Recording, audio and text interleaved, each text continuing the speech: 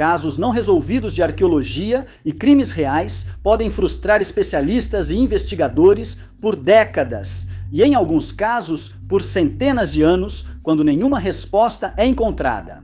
Mas em alguns desses casos intrigantes, pistas acabam sendo encontradas e levam à solução do mistério. Por fim, temos uma imagem clara do que ocorreu anos atrás. A história de Stephen Caracappa e Luiz Hipólito parece algo saído de um filme policial de ficção. Mas as ações desses dois policiais condecorados foram muito reais. Eles foram responsáveis por tirar a vida de várias pessoas, pois colaboraram com os próprios criminosos que deveriam combater. Caracappa e Hipólito ingressaram no Departamento de Polícia de Nova York em 1969. Caracappa era reconhecido por sua discrição e silêncio. Enquanto Hipólito adorava a atenção, Hipólito era filho de um associado da família criminosa Gambino e tinha muitos outros parentes envolvidos no crime organizado. Ele não contou nada disso à polícia quando entrou e depois afirmou que estava tentando equilibrar seus laços familiares. Enquanto atuavam como policiais honestos, ambos foram promovidos. Hipólito a detetive em 1977 e Caracappa em 1979.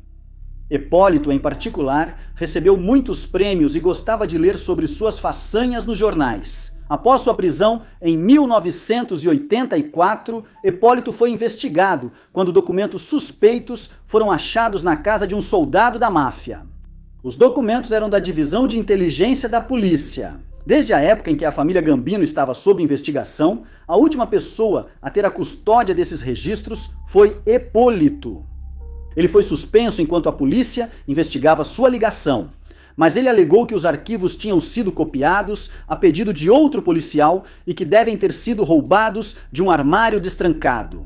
A história foi aceita e Hipólito reintegrado à polícia. Mas a equipe que combatia o crime organizado em Nova York sabia que havia corrupção na polícia local. Ao longo dos anos, vários informantes foram eliminados, alguns foram encontrados.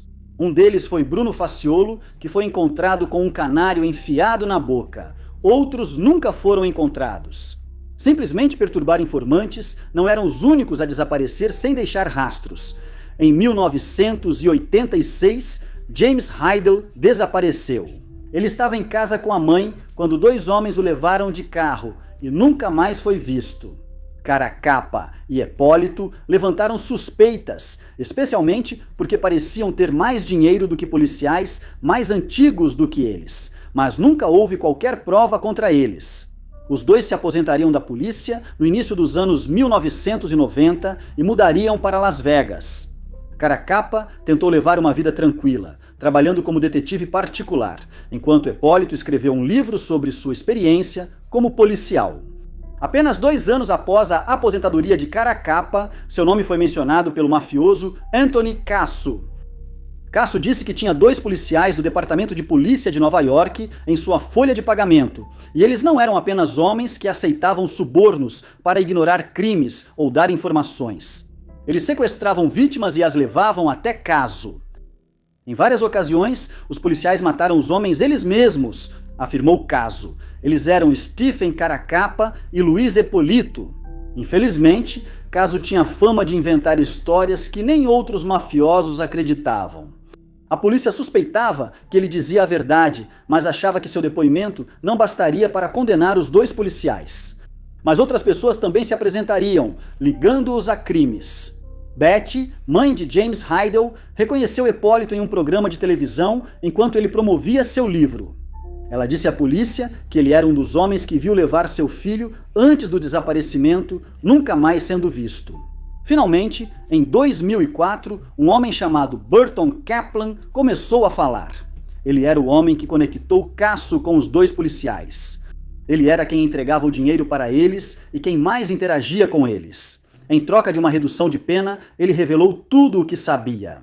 Em 2005, Caracappa e Hipólito foram presos por vários crimes, incluindo tirar a vida de 8 pessoas. Ambos alegaram inocência, mas foram considerados culpados e passaram o resto de suas vidas na prisão. O oceano é uma parte do mundo cheia de segredos.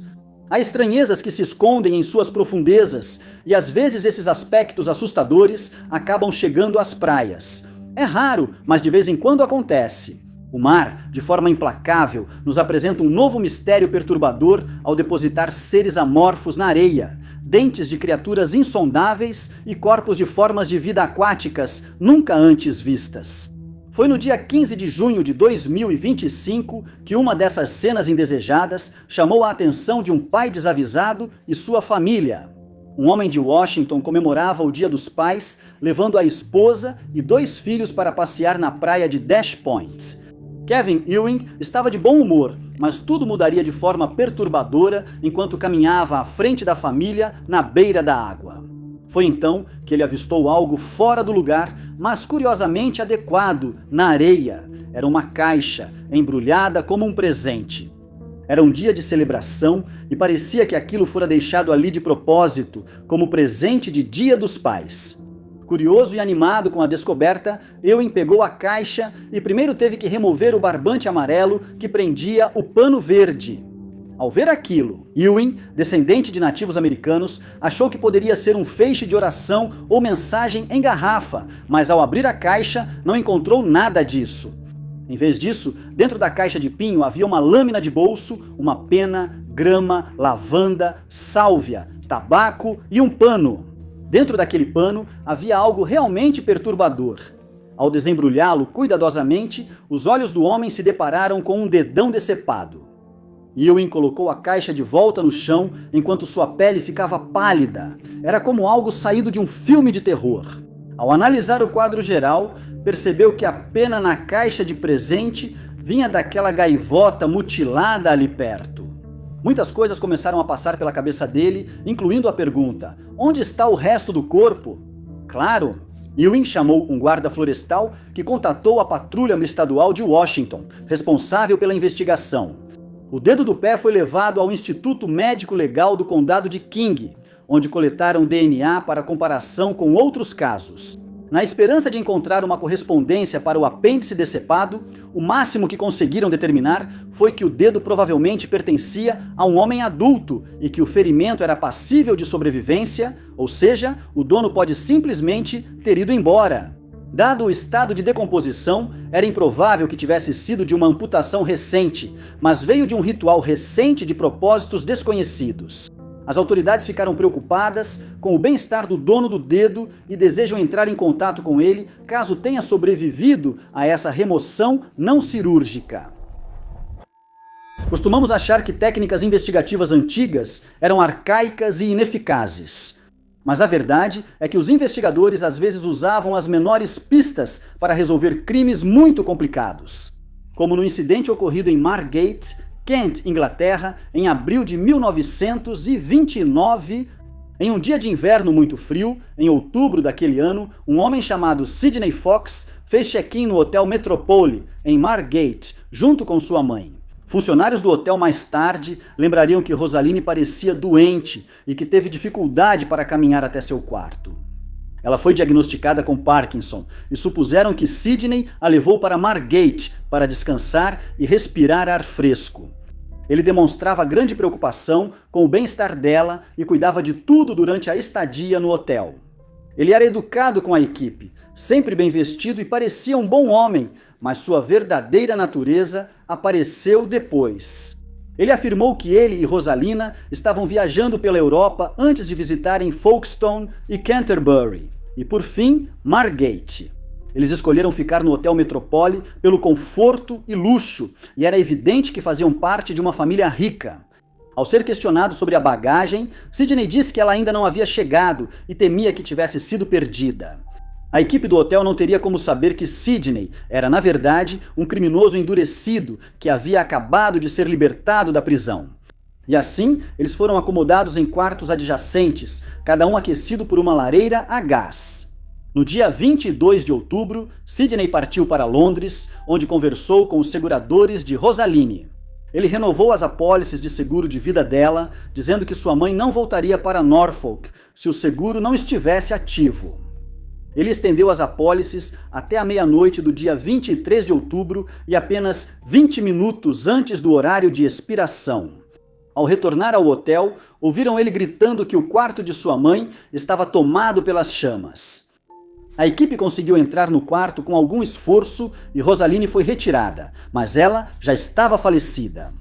Foi determinado que ela sucumbiu à inalação de fumaça do incêndio, que foi causado por roupas que Sidney deixou ao lado do aquecedor a gás para secar. Os investigadores acharam estranho quando descobriram um jornal parcialmente queimado ao lado da lareira. Uma das seguradoras avisou a polícia de Margate que Sidney já tinha se envolvido em um esquema de falsificação de cheques antes. Nenhuma prova indicava que ele iniciou o incêndio e o relatório do legista apontava que Rosaline morreu acidentalmente.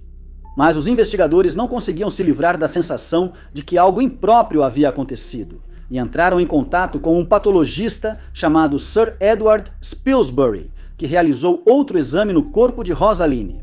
Ele encontrou uma contusão atrás do pescoço dela e um pequeno machucado na língua, indicando que Rosaline foi estrangulada. Sempre houve apenas um suspeito, e Sidney foi detido enquanto tentava sacar as apólices de seguro que havia estendido. O tribunal ouviu que ele usou um acelerante para iniciar o incêndio. Depois que ele tirou a vida da própria mãe e foi considerado culpado, ele recebeu a pena de morte e em abril de 1930 foi executado. Em novembro de 2024, algo incomum ocorreu no bairro Clintonville, em Columbus, Ohio. Na noite do dia 23, moradores relataram ouvir e sentir um forte estrondo que sacudiu suas casas. Esse som perturbador levou vários moradores a ligar para a divisão de polícia de Columbus, relatando o evento inquietante. Enquanto alguns chamavam a polícia, outros usavam as redes sociais para saber se mais alguém passava pelo mesmo. Um usuário do Reddit perguntou em um subreddit de Columbus se mais alguém ouviu o estrondo repentino, dizendo que foi tão alto que sacudiu suas janelas. Moradores da região foram para os comentários, relatando mais de uma explosão. Alguns disseram ter visto um clarão no céu segundos antes do estrondo. Postagens em várias plataformas de redes sociais começaram a circular. Elas vinham com títulos assustadores como Grande Explosão Ouvida e Enorme Estrondo, no sul de Clintonville. Certamente era motivo de preocupação e, sem respostas imediatas, os habitantes de Clintonville foram obrigados a especular. Suspeitou-se que os estrondos fossem de um transformador explodido, mas a American Electric Power Ohio, fornecedora de energia para Clintonville, negou essa hipótese. Alguns sugeriram que fosse um estrondo sônico de aeronave, mas autoridades confirmaram que não era. Não havia treinamentos, reabastecimento ou operações militares em Columbus. Mesmo com teorias sobre aviões, helicópteros ou meteoros, nenhuma explicação foi encontrada para os estrondos de Clintonville. Especialistas ficaram perplexos com estrondos misteriosos, sem origem, que sumiram e deixaram moradores assustados e o mistério sem solução. O número exato de vítimas de Charles Cullen em seus 16 anos como enfermeiro pode ser um mistério para sempre. Pelo menos 29 vítimas foram confirmadas, mas alguns especulam que o número pode ser muito, muito maior, chegando a centenas. Sabe-se que as autoridades tiveram várias chances de interromper sua onda de crimes. Cullen iniciou sua carreira de enfermagem em 1987.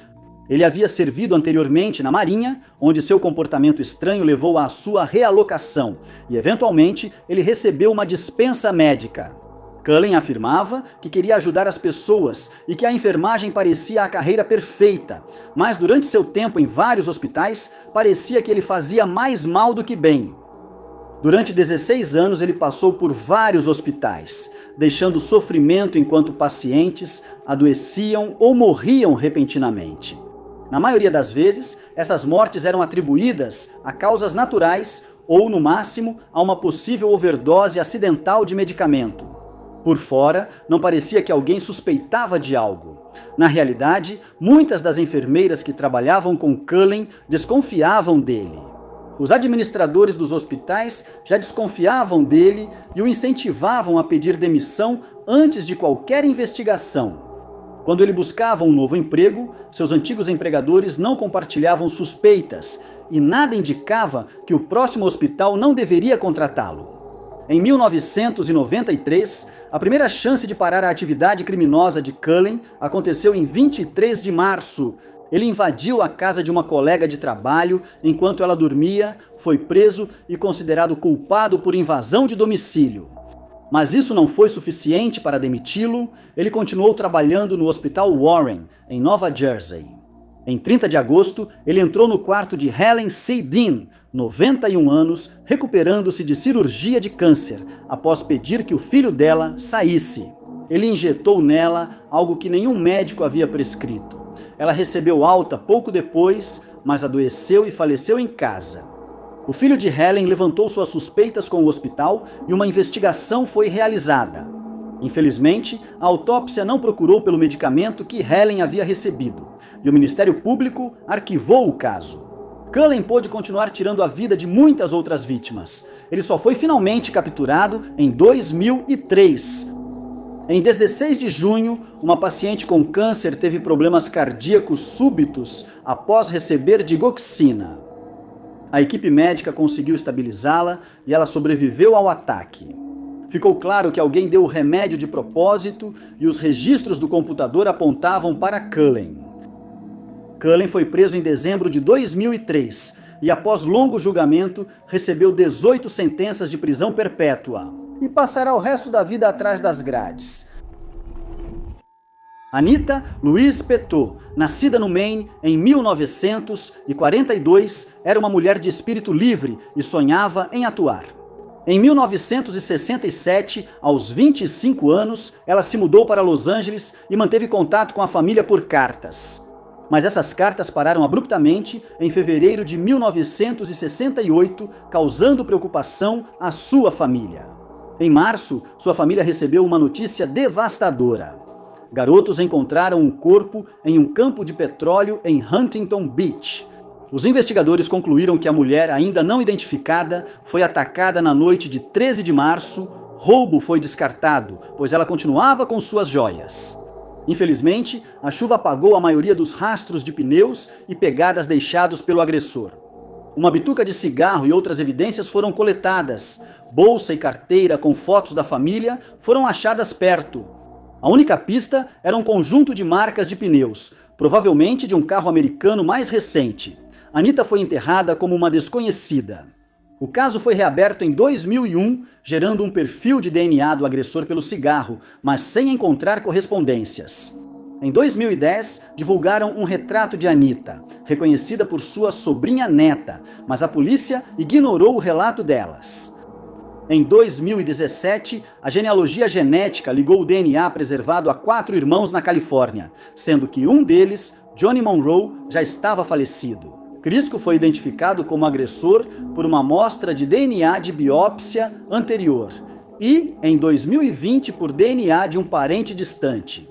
Anita foi confirmada como a Jane Doe de Huntington Beach, solucionando o mistério e trazendo um desfecho para sua família. O caso extremamente estranho de Tyler Scott Johnson teve início com uma simples verificação de bem-estar em 2023. A família, por razões desconhecidas, ficou preocupada com o jovem de 28 anos e solicitou aos policiais do condado de Marion, Alabama, uma verificação de bem-estar. Os policiais localizaram Tyler em uma propriedade abandonada na floresta, que, segundo sua tia, era da família dele. Ele passava muito tempo na casa nos últimos meses. Sem eletricidade ou água encanada, parecia que Tyler tentava limpar o local. No dia em que os policiais chegaram ao local, eles avistaram um homem saindo da floresta, quando chamaram seu nome. Ele jogou algo por cima do ombro e deitou no chão sem ser solicitado.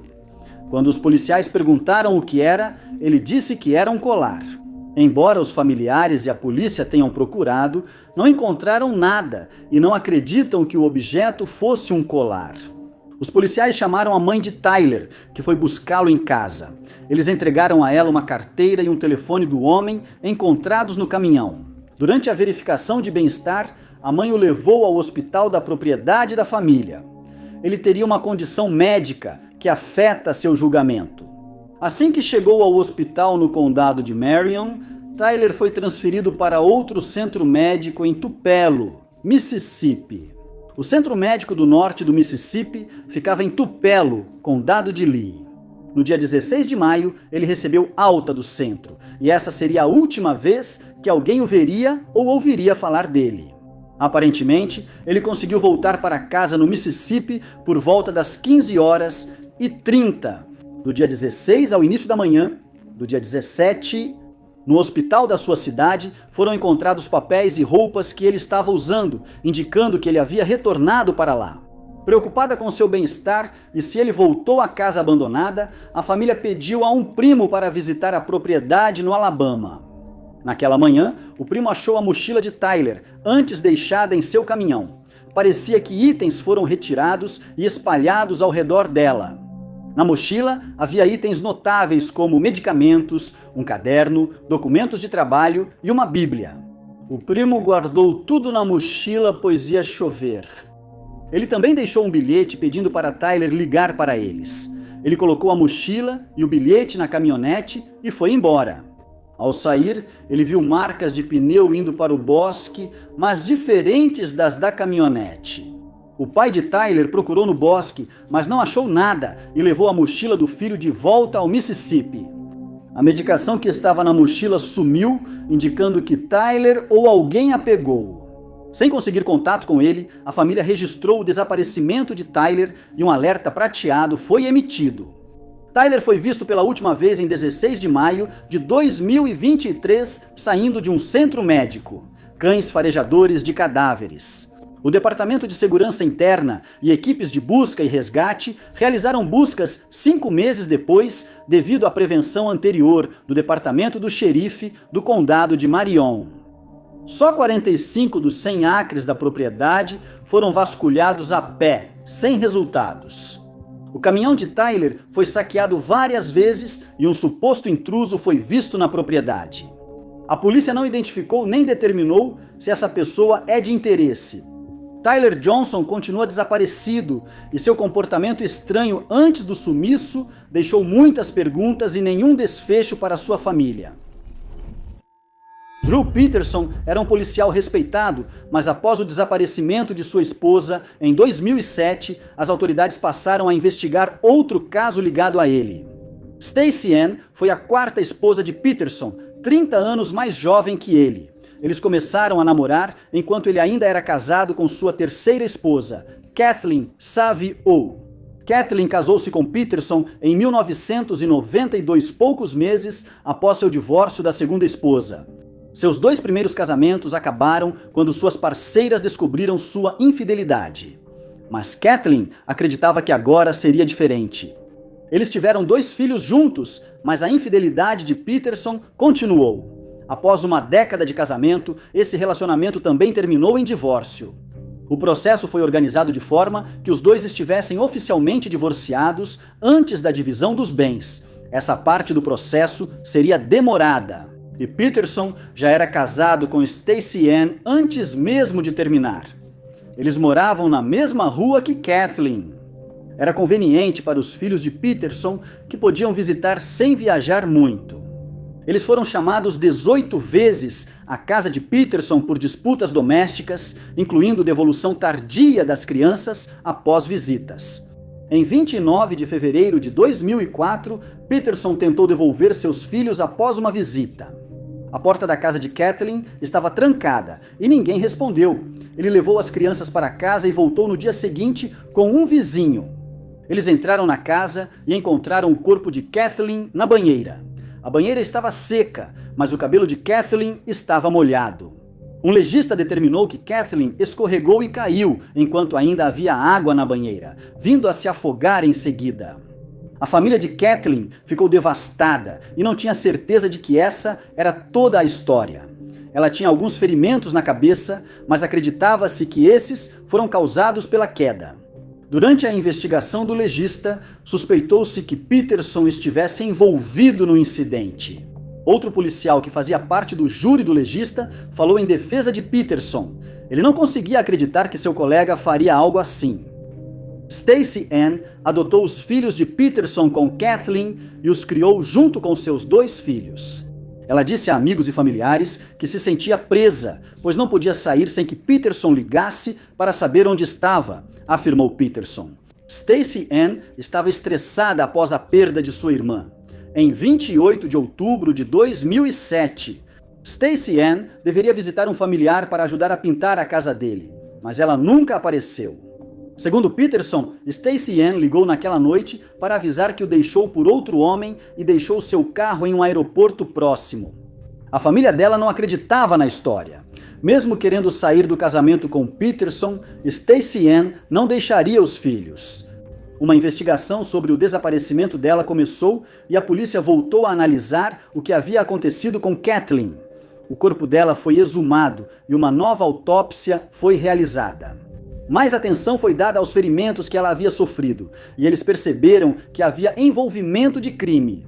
Peterson foi preso, mas levaria anos até que esse julgamento acontecesse. Uma grande quantidade de evidências era baseada em boatos, coisas que Stacey Ann e Kathleen haviam contado a amigos e familiares antes de desaparecerem e perderem suas vidas. Uma nova lei permitiu ouvir essas evidências no julgamento, mostrando que Peterson era perigoso, como sua segunda esposa também confirmou. Ele foi considerado culpado pela morte de Kathleen. Não havia evidências suficientes para julgá-lo pelo desaparecimento de Stacey Ann, mas ele era um suspeito. Em 2015, ele também foi acusado de tentar induzir outra pessoa a matar o promotor do seu caso. Esse plano não foi adiante, mas Peterson recebeu mais 40 anos de prisão pelo crime. O assassinato de Roxanne Wood, 30 anos em fevereiro de 1987, ficou sem solução por décadas. E as mulheres que moravam em Niles, Michigan, onde o crime foi cometido, viviam com medo de serem a próxima vítima, já que o culpado continuava não identificado. O caso começou no dia 20 de fevereiro daquele ano, depois que Roxanne e seu marido, Terry, decidiram sair à noite após terminarem o trabalho. Eles se encontraram em casa, se arrumaram e foram ao restaurante em carros separados. Eles jantaram e depois foram ao boliche próximo, onde Terry praticava porque competia em uma liga. Roxanne saiu da pista de boliche cerca de 45 minutos antes de Terry decidir ir para casa. E quando ele chegou, ficou horrorizado com o que encontrou. Quando ele entrou na cozinha, encontrou Roxanne deitada no chão, já sem vida. Ele imediatamente entrou em contato com a polícia, que o interrogou enquanto a cena do crime era analisada.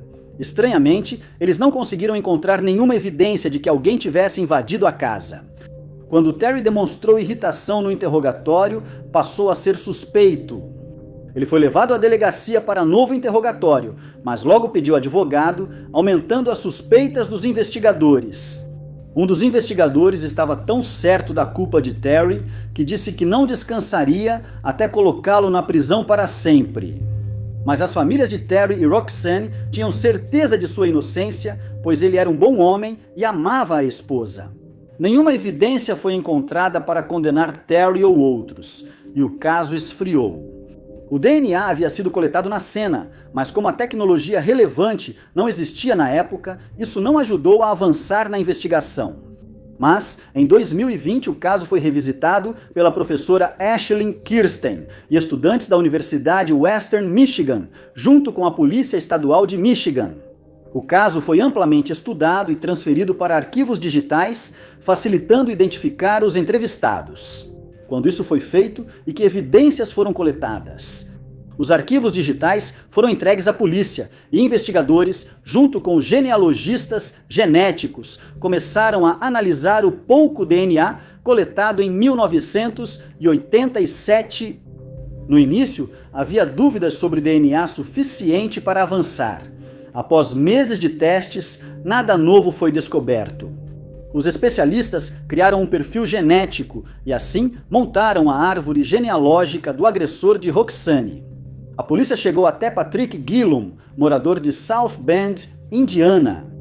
Ele vivia perto da cena do crime quando Roxanne morreu, mas eram necessárias mais provas para que fosse considerado suspeito. Descobriu-se que Gillum era fumante inveterado e, enquanto estava sob vigilância dos detetives, coletaram uma bituca de cigarro dele do lado de fora de uma lavanderia. depois que um investigador disfarçado puxou conversa com ele enquanto era interrogado. Em 2021, Gillum viu a foto de Roxane, mas disse que nunca a tinha visto. Logo, o DNA no cigarro o ligou à casa de Roxane durante o ataque e ele foi preso. Ainda proclamando sua inocência, Gillum afirmou não se lembrar de ter tirado a vida de Roxane, mas declarou-se sem contestação. No julgamento em abril de 2022, ele foi condenado a 23 anos de prisão, encerrando um mistério de 35 anos. Geralmente, exemplos de UAPs envolvem discos voadores, aeronaves inexplicáveis e drones de origem desconhecida. Raramente, há exemplos que não se alinham com características de aeronaves. Sem uma abundância desses casos, é ainda mais assustador quando eles aparecem. Um fenômeno aéreo não identificado, fora dos critérios comuns, foi visto em Kent, Inglaterra. Em maio de 2023, durante o dia, motoristas a caminho do trabalho e pedestres viram algo inexplicável. Foi em Folkestone que ela pôde ser vista com mais contraste do chão. Uma estranha linha vertical escura subia diretamente para o céu.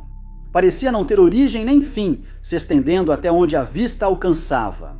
A sombra sem corpo passou sobre o túnel Arrow e a estrada Ashford, deixando moradores e especialistas perplexos, sem explicação para sua presença. O céu estava limpo e o sol brilhava, mas a previsão era de chuva à tarde. Quando a chuva finalmente chegou, a linha preta se dissipou como se nunca tivesse existido. Estranhamente, ela também nunca mais apareceu depois disso. Ela apareceu por apenas algumas horas, hipnotizando e perturbando, e depois deixou todos se perguntando o que era aquilo e questionando a própria realidade. Era óbvio que aquilo não era fumaça, era linear demais e não se movia. Ficava parado, como se fosse uma estrutura de baixa opacidade colocada ali de propósito. Jeremy Proctor, observador do tempo, ficou tão perplexo quanto com o sumiço da linha vertical. Era intrigante e aparentemente não tinha relação com o clima. Não era nenhum tipo de nuvem, nem tampouco a queda de um meteoro. Era claro que a imagem vista por Proctor não era ilusão de ótica, pois a linha estava parcialmente coberta pela única nuvem no céu. Mike Clay, o meteorologista-chefe da Bay 9 News, também ficou intrigado com o que estava vendo. Era algo que ele nunca tinha visto antes. Parecia que a linha preta estava descendo de uma nuvem, mas isso não era consistente com nada conhecido pela ciência meteorológica, tornando tudo ainda mais misterioso. Os especialistas de Kent ficaram intrigados, mas a linha acabou desaparecendo antes que pudessem ser realizados estudos, deixando sua origem um mistério. Roberto Brudella era bem visto por seus vizinhos no tranquilo bairro de Hyde Park, Kansas City. Ele era um pouco estranho, mas ajudou a formar o grupo de vigilância do bairro e ajudava jovens com dificuldades a se reerguerem. A imagem de Roberto foi destruída em 2 de abril de 1988, enquanto muitos na região se preparavam para o fim de semana de Páscoa. Um leitor de medidor foi abordado por um homem desesperado usando só uma coleira de cachorro, que disse ter acabado de escapar de um pesadelo vivo. O leitor de medidor entrou em contato com a polícia e toda a história por trás da fuga do homem foi revelada. Esse homem era Christopher Bryson, um jovem que havia conhecido Berdella 4 dias antes. Eles foram para a casa de Berdella, onde Berdella o nocauteou e o amarrou em uma cama. Christopher recebeu substâncias para mantê-lo dócil e limitar fala e visão. Ele foi machucado de formas perturbadoras. Berdella contou que não era o primeiro homem que mantinha em cativeiro. Os anteriores se comportaram mal e não estavam mais vivos. Christopher fingiu até ganhar confiança. Berdella amarrou suas mãos na frente, permitindo que ele usasse o controle remoto. Em 2 de abril, ele deixou Christopher fumar ao sair do quarto. Berdella jogou uma caixa de fósforos perto da cama, sem notar que Christopher podia alcançá-la. Christopher conseguiu queimar as cordas que o prendiam à cama e ficou aliviado ao descobrir que a janela do quarto não estava trancada. Ele estava no 2º andar e precisou pular. A história era estranha, mas os ferimentos de Christopher mostravam que, em parte, era verdade. Revistaram a casa de Brudella e, ao voltar das compras, ele foi preso. Na casa, encontraram um bloco de taquigrafia onde Berdella registrou tudo o que fez com Christopher. Também continha registros de tudo o que ele fez com outras vítimas. Eles descobriram fotos polaroides das vítimas, algumas tiradas enquanto ainda estavam vivas e outras após terem falecido. A descoberta mais perturbadora foi feita no quintal, onde um crânio humano foi encontrado. Em dezembro de 1988, ele foi condenado à prisão perpétua e Berdella faleceu 4 anos depois por causas naturais. Quando Napoleão Bonaparte estava em campanha no Egito, em 1799, ele e seus soldados jamais poderiam esperar que fariam. Uma das descobertas arqueológicas mais importantes de toda a... Soldados franceses encontraram a Pedra de Roseta ao cavar as fundações de uma estrutura no Forte Juliano, no delta do Nilo. E o que aconteceu depois foi notável. Descobriu-se que o texto na pedra era a chave para traduzir os textos egípcios encontrados no Egito. Isso deu aos historiadores uma compreensão sem precedentes da cultura egípcia antiga, dos eventos históricos e dos indivíduos importantes que viveram no Egito há muito tempo. Não é comum encontrar uma chave dessas, e sem a Pedra de Roseta, saberíamos bem menos sobre o Antigo Egito do que sabemos hoje. Uma chave como essa também se mostrou fundamental para resolver um mistério semelhante, embora este envolva não egípcios, mas vikings. Em 2014, um runologista norueguês chamado K. Jonas Nordby estava pesquisando um código complicado que foi criado pelos vikings por volta do século XI ou XII. Arqueólogos haviam desenterrado cerca de 80 inscrições em um código indecifrável conhecido como Código Jotunviller. Essas runas e inscrições foram achadas em vários países da Europa, mas ninguém sabia seu significado ou como decifrá-las. Foi sugerido que ele poderia ser usado para resolver um alfabeto rúnico, mas sem nenhum ponto de referência. Muito pouco progresso foi feito para solucionar o mistério. Até 2014, quando Nordby resolveu examinar de perto um pedaço de madeira encontrado em Bergen, Noruega. Ele percebeu que 2 nórdicos haviam usado runas nórdicas normais e o código Jotunviller para escrever seus nomes na madeira. Como Nordby sabia que os nomes deles eram Sigurd e Lavrans, ele pôde usar as runas que formavam essas letras para decifrar o código Jotunviller. Mas não seria uma tarefa fácil, já que ainda não estava claro como o código se relacionava com as runas normais usadas na época. Com o tempo, ele viu que o código era relativamente simples.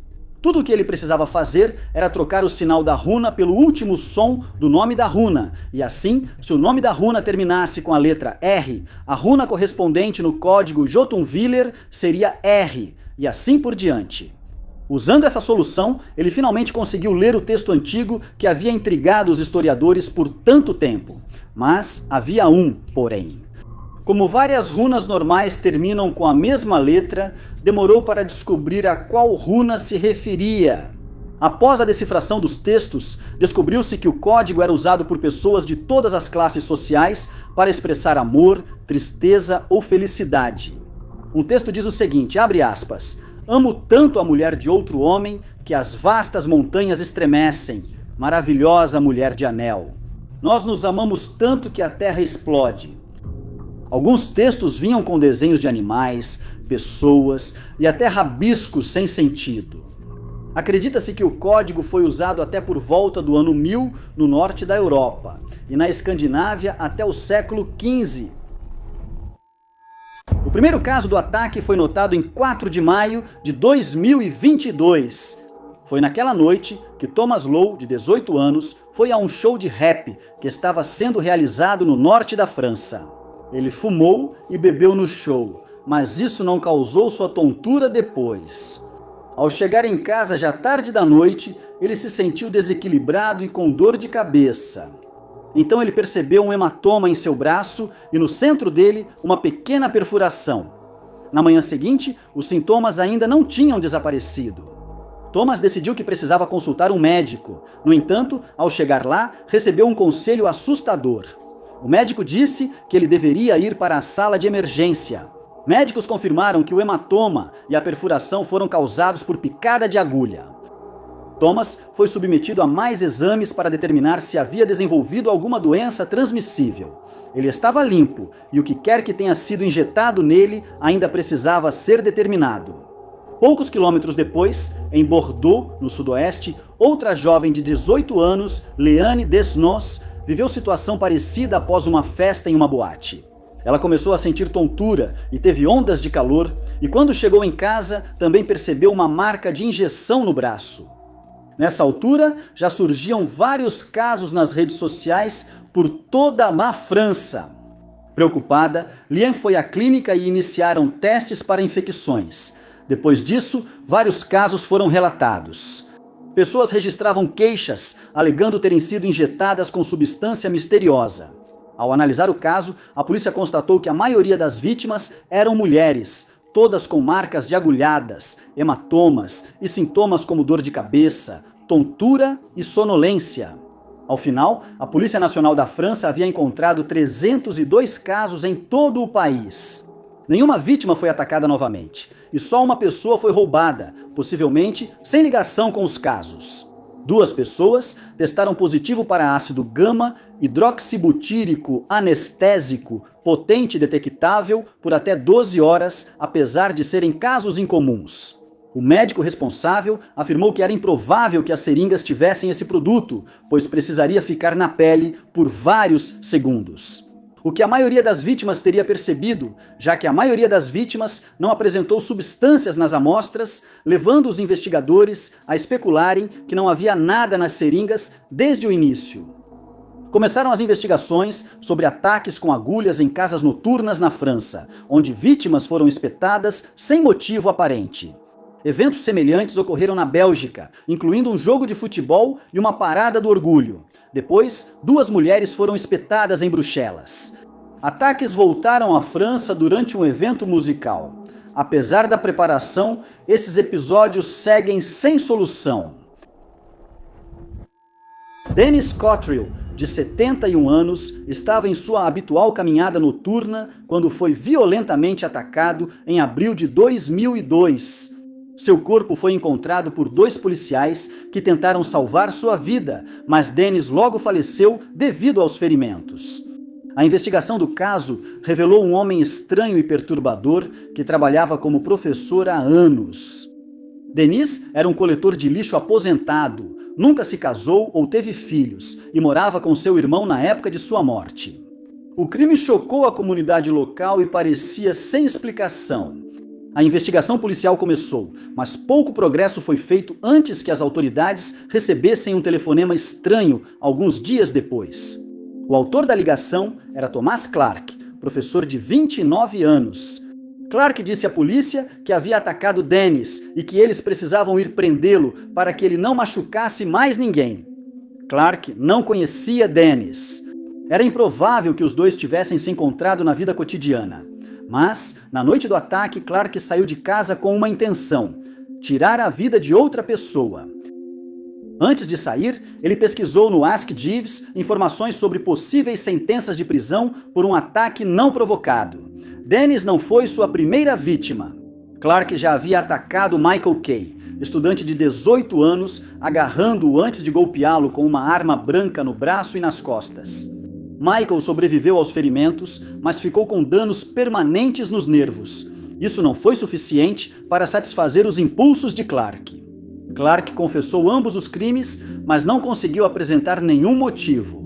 Foi revelado que ele estava afastado do trabalho como chefe de ciências em uma escola local na época dos ataques, cargo que supostamente o deixava sob muito estresse.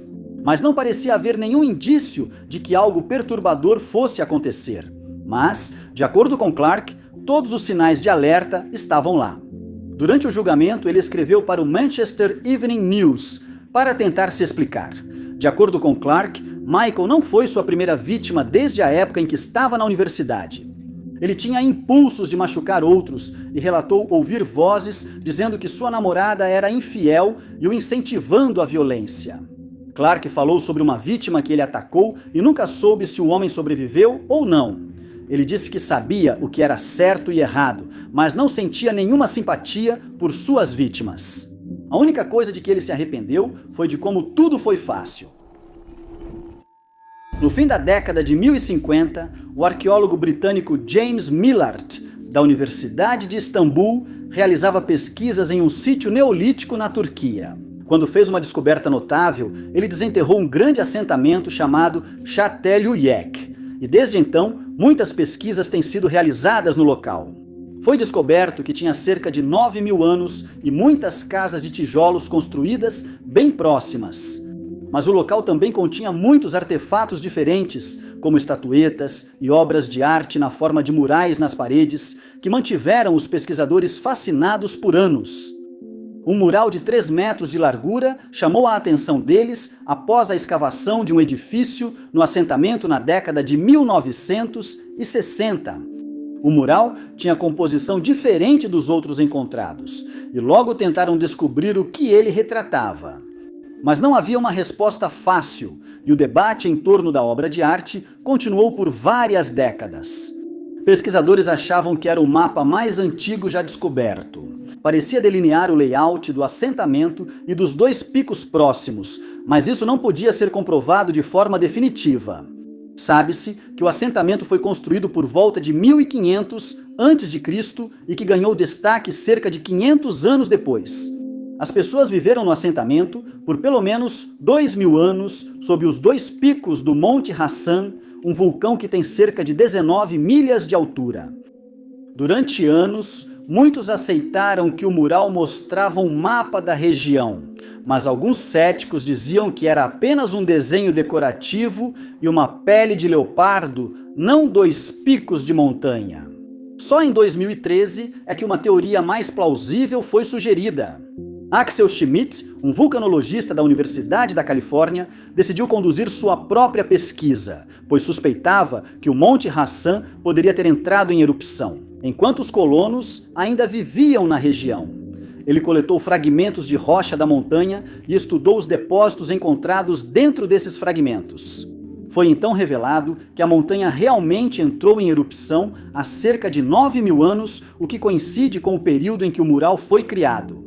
Além disso, vários espelhos de obsidiana foram encontrados no local e como a obsidiana só pode ser criada por um vulcão, os espelhos parecem apoiar a teoria de Schmidt. Por isso, agora acredita-se que o mural realmente retrata o momento aterrorizante em que a montanha entrou em erupção. É provável que tenha havido uma série de pequenas erupções, então o assentamento teria permanecido em grande parte intacto, mas os colonos que viviam no local teriam ficado muito preocupados com sua segurança. Teria sido um evento notável e por isso é compreensível que alguém tenha sentido a necessidade de eternizá-lo por meio de um mural. Sem dúvida, os habitantes de Çatalhöyük falaram sobre a erupção por décadas e talvez até tenham escrito canções sobre o evento. Se essa teoria for correta, o mural é a representação mais antiga de uma erupção vulcânica e do mapa mais antigo conhecido, pois mostra o assentamento abaixo dos 2 picos. Yolan René Miller nasceu e cresceu no Arizona. Estudou no Colégio Comunitário Paima e depois na Universidade do Norte do Arizona. Em ambas essas instituições, ela estudou comunicação visual e publicidade. Yolan, porém, nunca teria a chance de colocar essas práticas em bom uso. Em vez disso, ela se tornaria o centro de um mistério duradouro e de uma dor implacável. O enigma em torno da mulher de 38 anos começou a se desenrolar no meio de 2022. Em 19 de junho, Yolan, funcionária do setor de flores da Safeway, saiu repentinamente de casa no quarteirão 900 da Northview Road, em Sedona, Arizona. Era por volta das 16 horas, quando ela disse à sua colega de quarto que estava indo para Jerome, que fica no condado de Yavapai. Segundo sua colega, Yolan saiu apressada e silenciosamente, alegando que tinha uma reunião. Com roupa elegante e pérolas brancas, ela foi de forma errática ao veículo e saiu abruptamente da garagem, desaparecendo rumo ao desconhecido. Ninguém sabia, mas aquela foi a última vez que a viram ou ouviram falar dela. Conforme a colega de quarto, ela tinha um namorado, mas também frequentava salas de bate-papo românticas. Alguns especularam que ela foi encontrar alguém. Curiosamente, Yolan não levou seu cachorro, embora sempre o levasse consigo. Ela não voltou para casa naquela noite, nem apareceu no trabalho na manhã seguinte. No dia seguinte, ela faltou à consulta médica e logo ficou claro que Yolan estava desaparecida. Dias se passaram sem notícias dela. O primeiro sinal de problema, o segundo sinal de que algo estava obviamente errado, foi uma descoberta feita no dia 24 de junho. Um Ford Escape 2015 cinza escuro com placa temporária foi achado abandonado. O carro era de Yolan e foi deixado na Road 525 do Serviço Florestal, perto do sítio histórico Hananki e a 24 quilômetros a oeste de Sedona. No veículo estavam a bolsa, carteira de motorista, cartão da Previdência Social, cartão de crédito e chaves da mulher desaparecida. O último saque em sua conta foi feito no dia em que ela desapareceu. Parecia que o Ford estava estacionado lá desde 19 de junho, exatamente o dia em que Yolan sumiu. A família, amigos e investigadores estranharam o carro estar ali, pois a mulher desaparecida, com vários problemas de saúde, jamais teria caminhado pela trilha do sítio histórico. Mesmo assim, a área foi vasculhada. Segundo conhecidos, Yolan ainda estava de luto. O irmão dela morreu um ano antes, mas não havia sinais de crise de saúde mental. Na época, parecia que ela estava mais preocupada com a mãe do que com qualquer outra coisa. Apesar das buscas, o sumiço de Yolan teve pouca atenção, surgindo suspeitas de que ela foi atraída, possivelmente pela internet, ou entrou em outro carro. Em 2023, a família dela, de coração partido, aceitou sua provável morte, o que permitiu seguirem em frente. Sempre que arqueólogos encontram os restos mortais de alguém que viveu há muito tempo, eles começam a fazer perguntas como onde essa pessoa morava, a qual comunidade pertencia e como encontrou seu fim. Em alguns casos, como aqueles que envolvem múmias encontradas no Egito, essas respostas nunca são descobertas. E tudo o que podemos fazer é especular sobre quem eram e o que causou a morte deles. A princípio, parecia que esse seria o caso quando restos mortais de um homem, identificado como Júnior 102C, foram achados no Fort James, em Jamestown, Virgínia. Júnior 102C, considerada a vítima de assassinato mais antiga dos tempos coloniais, foi descoberta em 5 de dezembro de 1996 por arqueólogos que pesquisavam no Fort James. Os restos mortais foram achados a cerca de 90 metros do baluarte sudeste e, ao serem examinados, houve uma descoberta surpreendente. Cerca de 20 estilhaços foram encontrados em sua perna direita, cerca de 2 centímetros abaixo do joelho. Um exame detalhado mostrou que o homem era caucasiano, tinha cerca de 19 anos e media 1,65 metro. Provavelmente, ele era um cavalheiro sem hábito de trabalhos pesados, pois tinha músculos apenas moderados. Também se especula que ele era da fé cristã, já que seu caixão foi enterrado de leste a oeste, e provavelmente ele era originário da Inglaterra.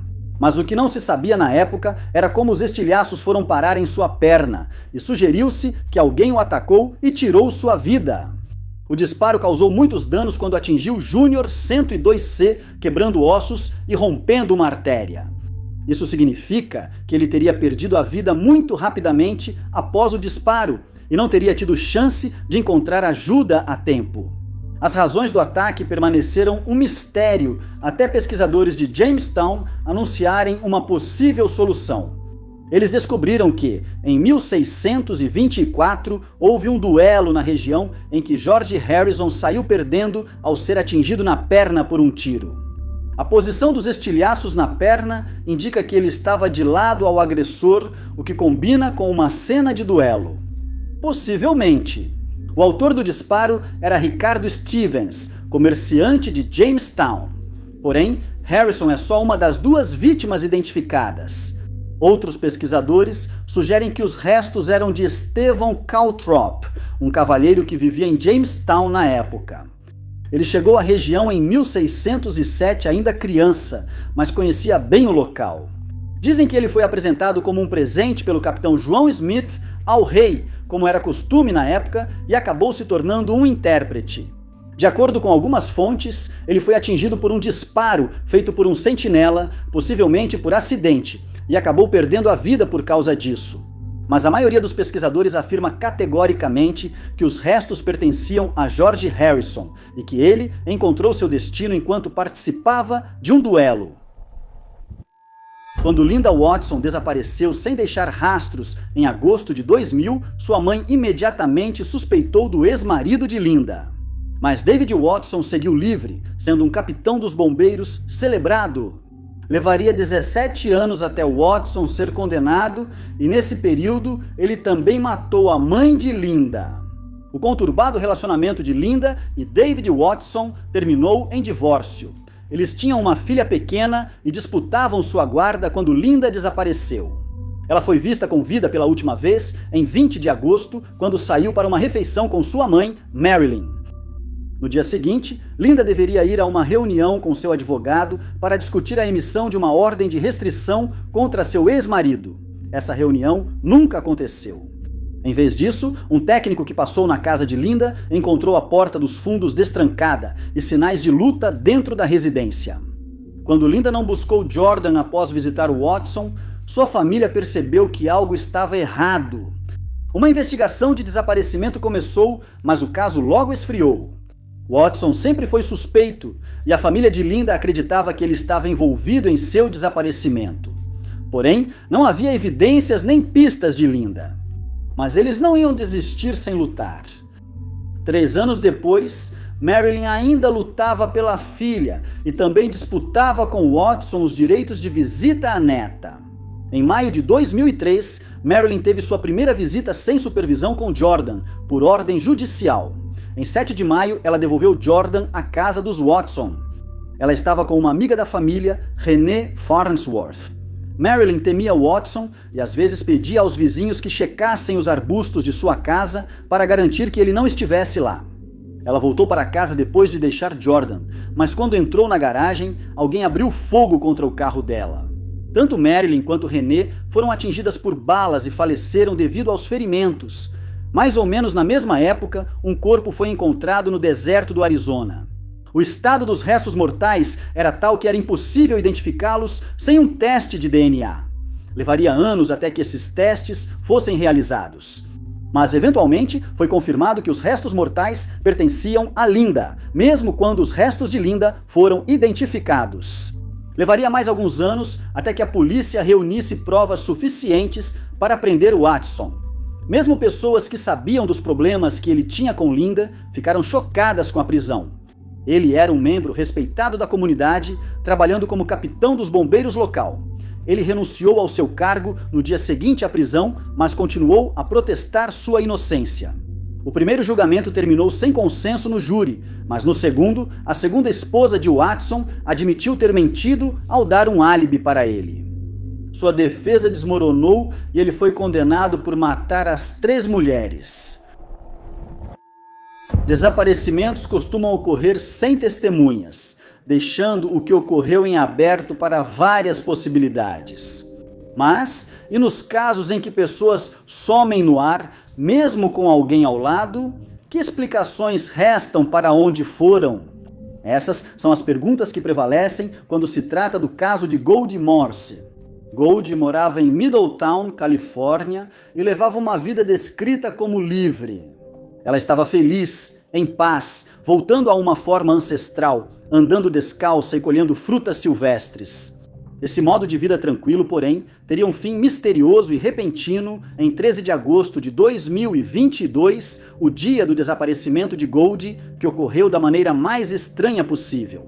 Naquele dia, a mulher de 38 anos e sua colega de quarto foram ao Black Rock Golf Course, em COP. De madrugada, elas chegaram descalças e buscaram aventuras colhendo frutas silvestres.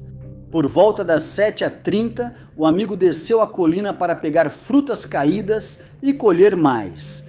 Disse a Goldie que voltaria logo. Minutos depois, ele voltou subindo a colina apenas para se deparar com uma cena assustadora. Goldie não estava em lugar nenhum. A única indicação de que ela esteve ali eram seus sapatos e sua bebida.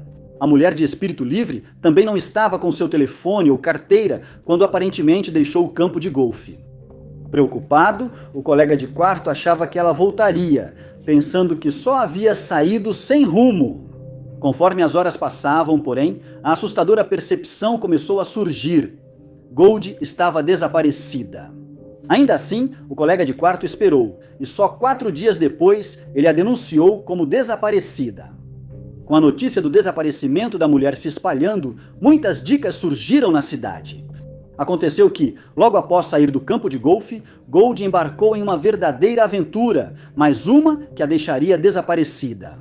Por volta das 22h, ela foi vista perto do mercado Hardester, supermercado em Cobb, na rodovia 175, entre 2 e 4 da manhã. Em 14 de agosto, ela abordou trabalhadores da construção e pediu para sentar no caminhão deles. Como a política da empresa não permitia, negaram, mas ofereceram comida. Naquele dia, cerca de 7h30 da manhã, ela se viu na porta da casa de um desconhecido. Ao atender a porta, o morador encontrou uma mulher descalça, parada diante dele. Ela pediu o telefone dele e ele concordou. Gold ligou para alguém, não foi atendida e deixou uma mensagem. Ela perguntou ao homem se havia sapatos para ela, e enquanto ele buscava um par, Gold sumiu de novo. A última vez que ela foi vista ocorreu em um horário não especificado, colocando-a em uma rodovia perto de Pinheiros Sussurrantes. Gold desapareceu a 119 quilômetros de Middleton. Ela percorreu apenas 3 quilômetros em 12 horas, uma caminhada que deveria ter levado 20 minutos. A equipe de busca do LCSO não achou nada. Registros de celular e redes sociais não deram pistas. Uma propriedade não especificada foi revistada, mas os moradores não eram suspeitos. Apesar das circunstâncias estranhas, a polícia não suspeita de crime. Nenhuma nova evidência apareceu, mantendo o caso sem solução nos últimos 3 anos. Para Marceline de Mullet, 40 anos, e sua esposa Francine, 37, que moravam nos Alpes suíços em 1942, ordenhar vacas e cuidar dos animais era rotina. Um dia, eles saíram para isso e não voltaram mais. Marceline, filha do casal, diz lembrar dos pais, sapateiro e professora, saindo de casa no dia do desaparecimento, 15 de agosto de 1942, e que a família os procura desde então sem nunca encontrar nenhuma pista. Marceline era uma das 7 crianças que moravam na fazenda na época. Eles sempre quiseram saber o que houve com seus pais. Mas quando não conseguiram encontrar nenhum vestígio deles, após anos de busca, não tiveram escolha a não ser desistir e seguir com suas vidas. Depois que o casal foi dado como desaparecido, as autoridades também passaram muito tempo tentando localizá-los, mas sem nenhum resultado positivo. Moradores de uma vila próxima passaram mais de 2 meses cruzando os Alpes em busca de pistas, mas sem sucesso. Marceline disse que sua mãe nunca acompanhou seu pai nessas viagens, sem motivo conhecido.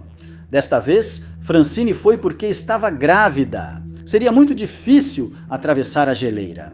Após o desaparecimento dos pais, as 7 crianças foram enviadas para diferentes famílias. E em pouco tempo eles perderam o contato. Apesar de morarem na mesma região por 75 anos, eles não sabiam o que ocorreu com seus pais. Mas, em 2017, finalmente tiveram algumas respostas. Um funcionário que trabalhava para a empresa de teleféricos chamada Glacier 3000 estava trabalhando em um teleférico no glaciar Transfloran, quando percebeu algo estranho no gelo que havia começado a derreter. Graças ao aumento das temperaturas causado pelo aquecimento global, a descoberta foi feita a uma altitude de 2.600 metros. Quando a polícia foi investigar, encontrou restos mortais de 2 pessoas e logo especulou que eram Marcela e Francine. Eles estavam deitados lado a lado e foi confirmado que os restos eram de um homem e uma mulher. Por estarem presos no gelo, estavam perfeitamente preservados. Logo, os pesquisadores confirmaram que Marceline e Francine foram encontrados. O casal tentava chegar ao cantão de Berna, como muitos na época, mas sofreu um acidente e caiu em uma fenda. Eles podem ter sofrido ferimentos fatais, imediatos, ou não conseguiram voltar à superfície e perderam a vida. Marceline disse que ficou muito aliviada por descobrir o que ocorreu com seus pais e poder dar a eles o enterro merecido. Normalmente, quando uma pessoa antes respeitada ou celebrada é condenada por um dos crimes mais horríveis imagináveis, sua reputação fica manchada. Eles já não são celebrados como antes, mas com Diomedes foi diferente. Dias era um cantor colombiano amplamente reconhecido como um dos artistas mais populares daquele país. Ele também foi responsável pela morte de Doris Adriana Ninho, de 27 anos, em maio de 1997.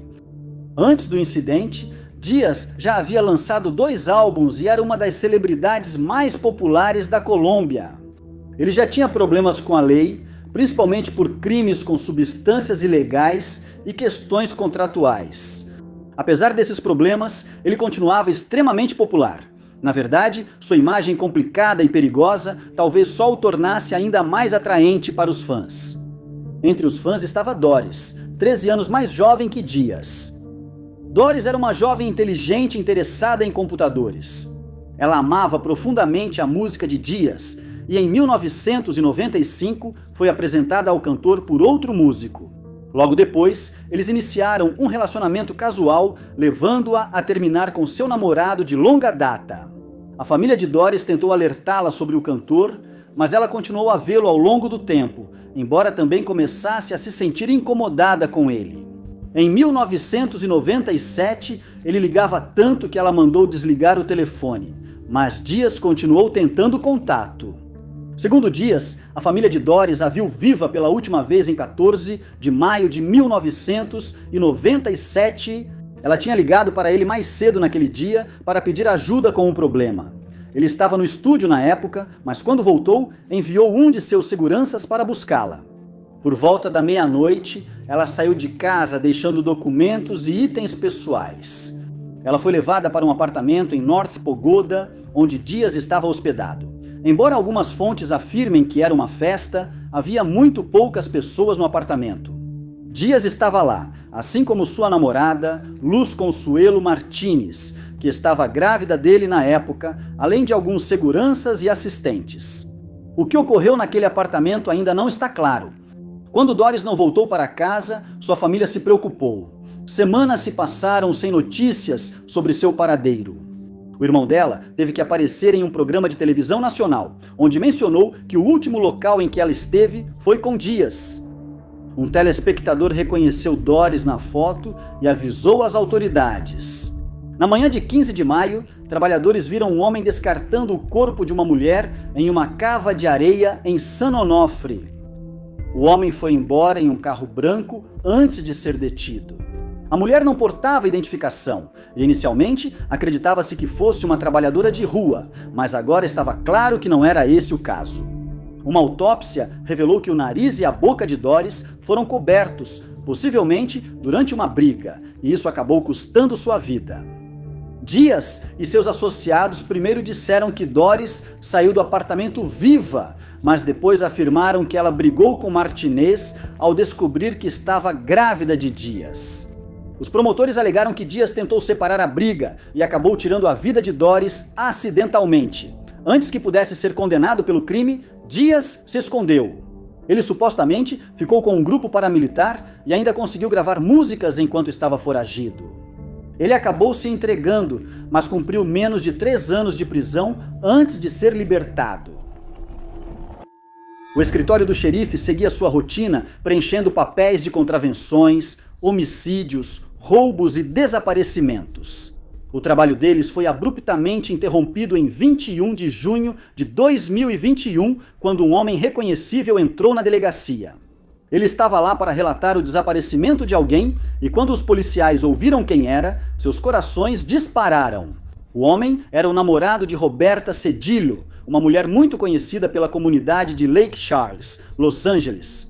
Roberta, chamada de Bob por quase todos, sumira só 2 dias antes, algo muito incomum para ela. Bob é uma mulher em situação de rua, mas ainda assim é amada pela comunidade, família e amigos. No dia do desaparecimento, a polícia encontrou a mulher na rua e a levou ao hospital local, onde já era amiga de vários funcionários. As autoridades nunca divulgaram o motivo. Ela pode ter tido um episódio médico ou mental, mas ninguém sabe. Em 19 de junho, Bob foi vista pela última vez saindo do hospital após a alta. Câmeras de segurança mostraram a mulher deixando o prédio saudável e animada. No entanto, parecia que, assim que ela saiu, o vazio sempre crescente veio para levá-la embora. Quando o namorado dela não a encontrou, procurou nos lugares que ela costumava ir. Bob frequentava o Water's Edge, ministério para pessoas em situação de rua, em Lake Charles. Ela era bem conhecida pela equipe de lá. Assim que souberam que algo havia acontecido, a preocupação tomou conta deles imediatamente, segundo uma voluntária de lá, Jennifer Hawks. Não era incomum que frequentadores sumissem e desaparecessem de vez em quando. No caso de Bob, porém, foi diferente. Ela nunca tinha sumido antes, nem tinha motivo para desaparecer. Se ela estivesse ausente, sempre mantinha contato. De alguma forma, algo deve ter acontecido. A polícia local, Water's Edge, funcionários do hospital, família e amigos compartilhavam a mesma preocupação. Na esperança de que ela simplesmente tivesse se perdido ou encontrado outro lugar para passar o tempo, esforços exaustivos foram feitos para localizá-la. O escritório do xerife investigou todas as pistas e vasculhou os bairros, mas nenhuma levou ao paradeiro de Bob. Não houve outros registros dela nas câmeras de segurança, nem havia sinais que sugerissem crime, sequestro ou que ela tivesse fugido. Roberta Cedillo sumiu sem deixar rastros em Lake Charles, sendo um dos 2 casos não resolvidos do ano. Apesar da recompensa de $1.000 da Water's Edge e dos esforços da comunidade, ninguém trouxe informações. Os registros históricos não informam quem foi o descobridor, mas, em 1819, alguém encontrou os restos mumificados de uma mulher em uma necrópole situada em Tebas, no Egito.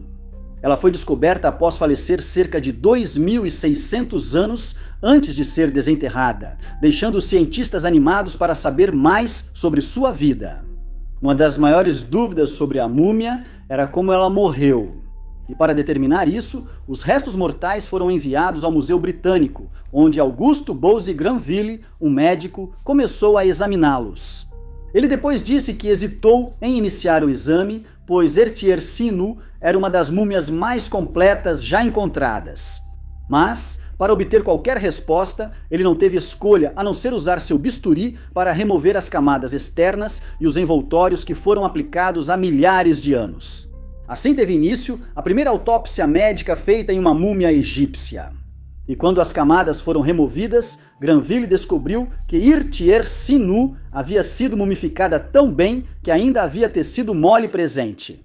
Foi determinado que ela tinha cerca de 50 anos ao morrer, e Granville concluiu seu trabalho, embora depois tenha sido criticado por falta de cuidado. Durante o exame, seu método foi descrito como um açougueiro em vez de um exame, e ele não demonstrou nenhum respeito pela mulher em que estava trabalhando. Apesar disso, Granville concluiu o exame em 1825 e apresentou suas descobertas à Royal Society. Ele constatou sua morte após ela perder a luta contra o câncer de ovário. Ele concluiu isso por tecidos moles ao redor do ovário direito, mas estudos posteriores questionaram sua opinião. Mais tarde, foi determinado que o tecido era realmente um tumor, mas era benigno e, portanto, não poderia ter causado o falecimento dela. Isso levou os pesquisadores de volta ao início, levando-os a sugerir novas teorias sobre a causa de sua morte. Alguns acreditavam que ela provavelmente sucumbiu à malária, já que muitas pessoas podem ter perdido a vida por essa condição. Na antiguidade e atualmente, ainda é uma das maiores ameaças à vida na África. Era certamente possível. Mas essa teoria também estava incorreta.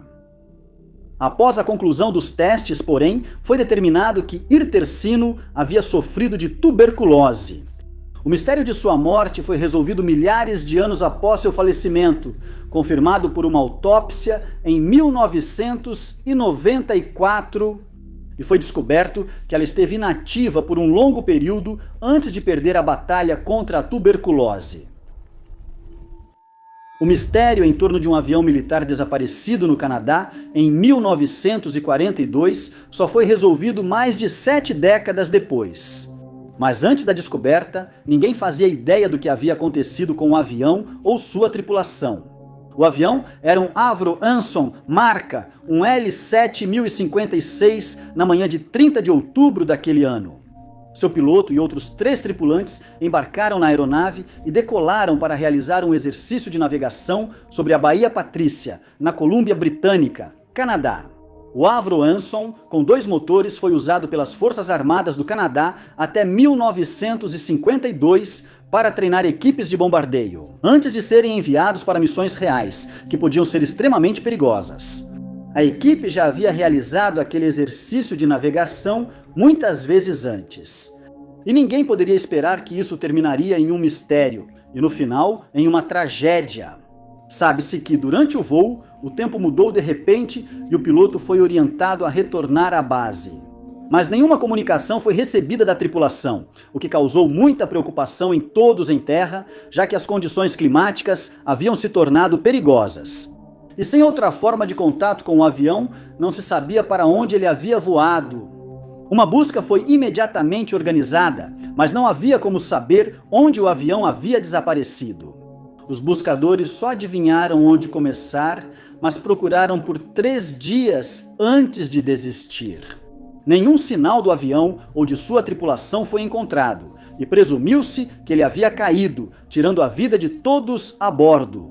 O mistério perdurou por décadas, até que uma equipe de madeireiros fez uma descoberta em 2013.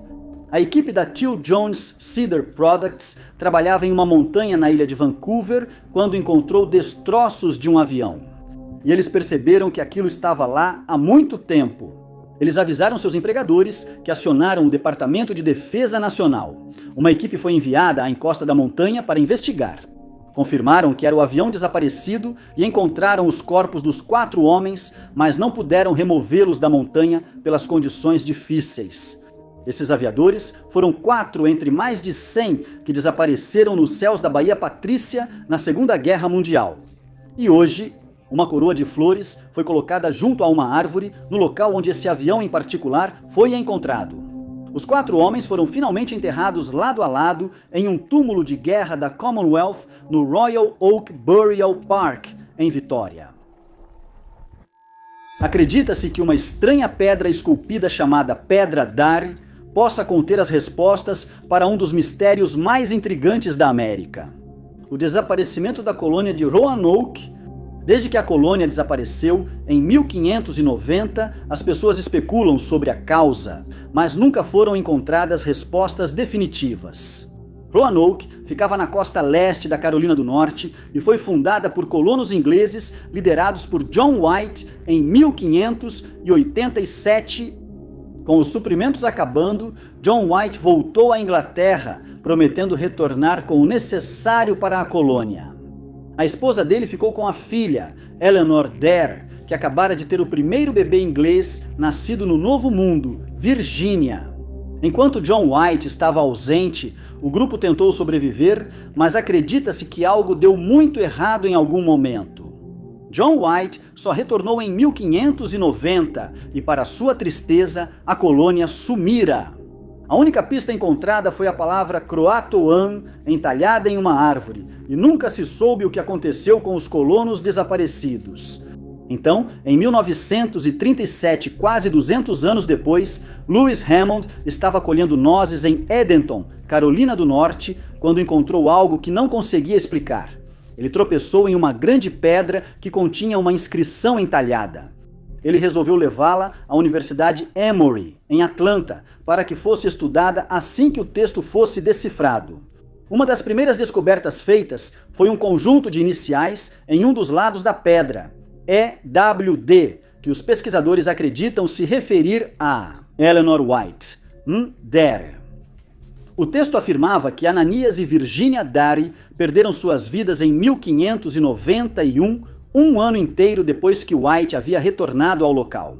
Também afirmava que a pedra deveria ser mostrada a White caso fosse descoberta, mas presume-se que ele nunca soube de sua existência. O outro lado da pedra explicava o ocorrido com a colônia, e os pesquisadores acharam isso bom demais para ser verdade. O texto dizia que após White ir para a Inglaterra, o grupo resolveu se mudar para o continente, provavelmente porque seus suprimentos tinham acabado. Enquanto estavam lá, foram atacados por nativos americanos e os sobreviventes morreram de doenças. O texto relata que só 7 colonos sobreviveram até então, e os que morreram foram enterrados cerca de 6 quilômetros a leste do rio. Embora a descoberta tenha sido realmente surpreendente, ainda era preciso determinar se era autêntica, e muitos pesquisadores estavam céticos. Quando foi analisada, descobriu-se que a pedra era de quartzo, mas como é um material muito abundante, isso não ajudou a confirmar sua autenticidade. Além disso, algumas das palavras usadas no texto não condiziam com a época em que aparentemente foi escrito, e os especialistas não estavam mais próximos de confirmar ou refutar a teoria.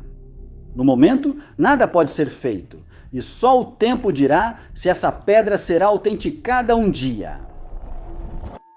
Craig Payer era policial da patrulha rodoviária da Califórnia há 13 anos, quando Cara Knott teve sua vida tirada no final de dezembro de 1986. Ele tinha uma boa reputação e era considerado um membro exemplar da comunidade. Quando um telejornal local quis gravar um segmento com dicas para jovens mulheres viajando sozinhas, ele foi indicado como entrevistado. Mas essa entrevista acabaria levando à sua condenação pelo crime horrível contra o qual ele estava alertando. Cara, estudante de 20 anos da Universidade Estadual de San Diego, se preparava para ser professora do ensino fundamental e era conhecida por sempre ter tempo para todos. Ela passou o Natal com a família, mas em 27 de dezembro de 1986 visitou o namorado, que morava a 40 minutos de carro. Quando ela se preparava para sair da casa do namorado e voltar para casa, ligou para os pais para avisar que estava a caminho, mas Cara nunca chegaria em casa. Cara raramente se atrasava quando sabia que estavam esperando por ela. Sua família procurou a polícia para saber se ela havia sofrido um acidente. Quando não houve notícias de nenhum acidente, eles saíram para tentar encontrá-la. O Fusca branco de Cara foi visto perto da saída Mercy Road da Interstate 15, com o vidro do motorista parcialmente abaixado e as chaves na ignição. Sem sinal de Cara, a polícia foi chamada de novo e iniciada uma investigação de desaparecimento. Infelizmente, logo encontraram o corpo de Cara. Ela foi jogada de uma ponte próxima e ficou parcialmente escondida na vegetação, 20 metros abaixo. O crime causou ondas de choque na comunidade. Uma equipe de notícias local acompanhou Craig Payer, que teria patrulhado aquele trecho da I-15 na noite em que Cara foi atacada. Nas imagens desse segmento, Payer apareceu com arranhões no rosto e disse que se feriu ao cair numa cerca dias antes. Após o segmento, a emissora e a polícia receberam ligações de várias jovens com histórias assustadoramente semelhantes. Todas elas haviam sido paradas por Payer por pequenas infrações de trânsito e instruídas a seguir pela mesma saída onde o carro de Cara foi encontrado. Elas foram forçadas a agir assim, mesmo tendo que dar ré na rodovia. Lá, Payer as mantinha presas por muito tempo, às vezes flertando ou acariciando seus cabelos. Ele as liberava, às vezes sem multar. Algumas já tentaram denunciá-lo, mas seu histórico impecável as fazia ser ignoradas. A polícia elogiou a tática de Payer de usar a saída Mercy Road, pois assim elas ficaram menos expostas ao perigo do tráfego da rodovia interestadual. A polícia investigou Payer após as ligações e encontrou fibras das roupas de Cara nas roupas dele e em uma lanterna que ele carregava em uma reportagem. Acredita-se que ele usou a lanterna para agredir Cara antes de tirar sua vida com uma corda achada no porta-malas de seu carro. Payer foi condenado em novo julgamento a 25 anos de prisão à perpétua e permanece preso até hoje. Há poucas pessoas em quem confiamos mais do que na equipe médica, especialmente nos enfermeiros. A maioria dos enfermeiros só deseja o melhor para seus pacientes. Mas há alguns que usam essa confiança para machucar as pessoas vulneráveis que deveriam estar cuidando. Entre junho e dezembro de 2002, 4 mulheres idosas em 2 hospitais de Leeds, na Inglaterra, sofreram ataques hipoglicêmicos repentinos que acabaram tirando suas vidas. Só com o 4º ataque é que começaram a surgir suspeitas. Os hospitais perceberam que havia um criminoso perigoso entre eles. O nome dele era Colin Norris. Norris havia se formado enfermeiro apenas no ano anterior aos ataques. Era inteligente, mas teve alguns problemas na escola de enfermagem. No estágio em uma casa de repouso, ele faltou por doença após 3 dias e não voltou. Mesmo que o estágio devesse durar semanas, era óbvio que ele não gostava de trabalhar com pacientes idosos. Apesar dos problemas, Norris se qualificou e começou a trabalhar em um hospital em Leeds. Houve novos problemas com autoridades e Norris se decepcionou por trabalhar de novo com idosos. Ele queria trabalhar no departamento de emergência por achá-lo mais emocionante. Em novembro de 2002, Ethel Hall, de 86 anos, tornou-se paciente em sua enfermaria. Ela estava se recuperando de uma cirurgia no quadril e parecia estar com boa saúde, fora isso. Quase no fim do turno, Norris disse a um colega que acreditava que Ethel sofreria um acidente por volta das 5h. Pouco depois das 5 da manhã, ela foi encontrada inconsciente e entrou em coma após um ataque hipoglicêmico. Isso foi causado por níveis extremamente baixos de açúcar no organismo da pessoa. E a equipe do hospital tentou normalizar os níveis da Ethel, mas nada pôde ser feito e ela faleceu. 21 dias depois, as investigações acharam níveis muito altos de insulina no corpo da Ethel, que não era produzida naturalmente. Havia evidências de que ela havia sido injetada no abdômen. Ethel não tinha diabetes e não havia necessidade médica para essa injeção. Alguém fez isso para envenená-la. A suspeita recaiu sobre Norris enquanto a polícia o investigava. Eles encontraram outros 4 casos em que pacientes idosos sofreram ataques semelhantes enquanto estavam nas enfermarias onde Norris trabalhava. Após um longo processo judicial, Norris foi considerado culpado por tirar a vida de 4 mulheres e por tentar tirar a vida de uma 5ª. Ele continuou a afirmar sua inocência. Colin Thatcher era um político proeminente e popular no Canadá nas décadas de 1970 e 1980. Trocar de partido político e ter casos extraconjugais pouco afetaram sua popularidade. Em 1983, o corpo de sua ex-esposa foi achado na garagem, mudando tudo. Thatcher casou-se com Joanne Geiger em 1962. Eles se conheceram na universidade e tiveram 3 filhos juntos. Quando Thatcher trocou de partido político, em 1977, ela expressou sua desaprovação. O casamento piorou quando Thatcher começou a ter casos, sem se esforçar muito para esconder. Eles se separaram 2 anos antes, de acordo com Thatcher, depois que ele descobriu que Joanne estava em outro relacionamento. Só em 1980 o divórcio foi finalizado. Durante todo o processo, houve muitas discussões sobre a guarda dos 3 filhos e a divisão dos bens que o casal possuía em conjunto. Joanne tentava recomeçar, casando-se com o empresário Tony Wilson, mas os problemas com os pagamentos de Thatcher ainda afetavam suas vidas. A situação chegou ao extremo em maio de 1981, quando alguém atirou pela janela da cozinha de Wilson e acertou o braço de Joanne. Ela ficou 3 semanas no hospital, enquanto seu marido foi a Thatcher tentar resolver tudo. Thatcher teria dito a Tony para melhorar a segurança. Joanne teve alta do hospital. Ela concordou em reduzir os pagamentos que Thatcher deveria dar a ela e em abrir mão da guarda do filho deles. Isso deveria ter sido o fim dos assuntos com Thatcher. Joanne estava feliz com Tony e a família, mas essa nova vida lhe foi tirada abruptamente. Em 21 de janeiro de 1983, um homem que voltava do trabalho viu Joanne dirigindo para casa à noite. Momentos depois, ele ouviu gritos e encontrou o corpo de Joanne em sua garagem, atingida por objeto contundente e tiros.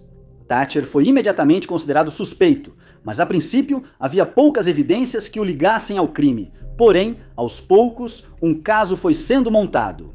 Um recibo com o nome Thatcher foi achado perto do local do crime. Uma ex-namorada contou à polícia sobre uma arma que Thatcher possuía, que correspondia àquela que teria sido usada para tirar a vida de Joanne. Vizinhos também avistaram um carro que estava vigiando a casa de Joanne nas semanas anteriores ao ataque, e o carro correspondia a um que estava na propriedade de Thatcher. Thatcher realmente tinha um álibi para o momento do crime, mas a polícia ainda acreditava que ele estava envolvido de alguma forma. Se ele não foi a pessoa que realmente puxou o gatilho, ele deve ter organizado o crime. Ele foi a julgamento em 1984 e foi considerado culpado. Thatcher recebeu liberdade condicional em 2006, mesmo sem admitir culpa. Desde que surgiu a tecnologia, a humanidade busca responder: estamos sozinhos no universo? A narrativa certamente era empolgante, dando origem a livros, filmes e produtos que giravam em torno de entidades que chamamos de alienígenas. Ao buscarmos evidências dessas formas de vida inteligentes que evitam interagir conosco, certamente as encontramos. Sejam luzes estranhas no céu, um desaparecimento inexplicável ou um pedaço de destroço sem origem, continuamos afirmando que existe vida além deste planeta. Permitir que entusiastas de OVNIs continuassem coletando evidências para essa ideologia foi outro evento misterioso no início de 2020. Não era um disco voador de outro mundo, nem os restos grotescos de vida extraterrestre. Em vez disso, veio do centro da galáxia, quase no coração da Via Láctea. Astrônomos ainda não sabem o que emite essa misteriosa onda de rádio. Foi nesse ano que os cientistas das estrelas estavam utilizando o Australian Square Kilometre Array Pathfinder, ou ASCAP. Para abreviar, não é incomum que os astrônomos encontrem sinais de rádio no espaço.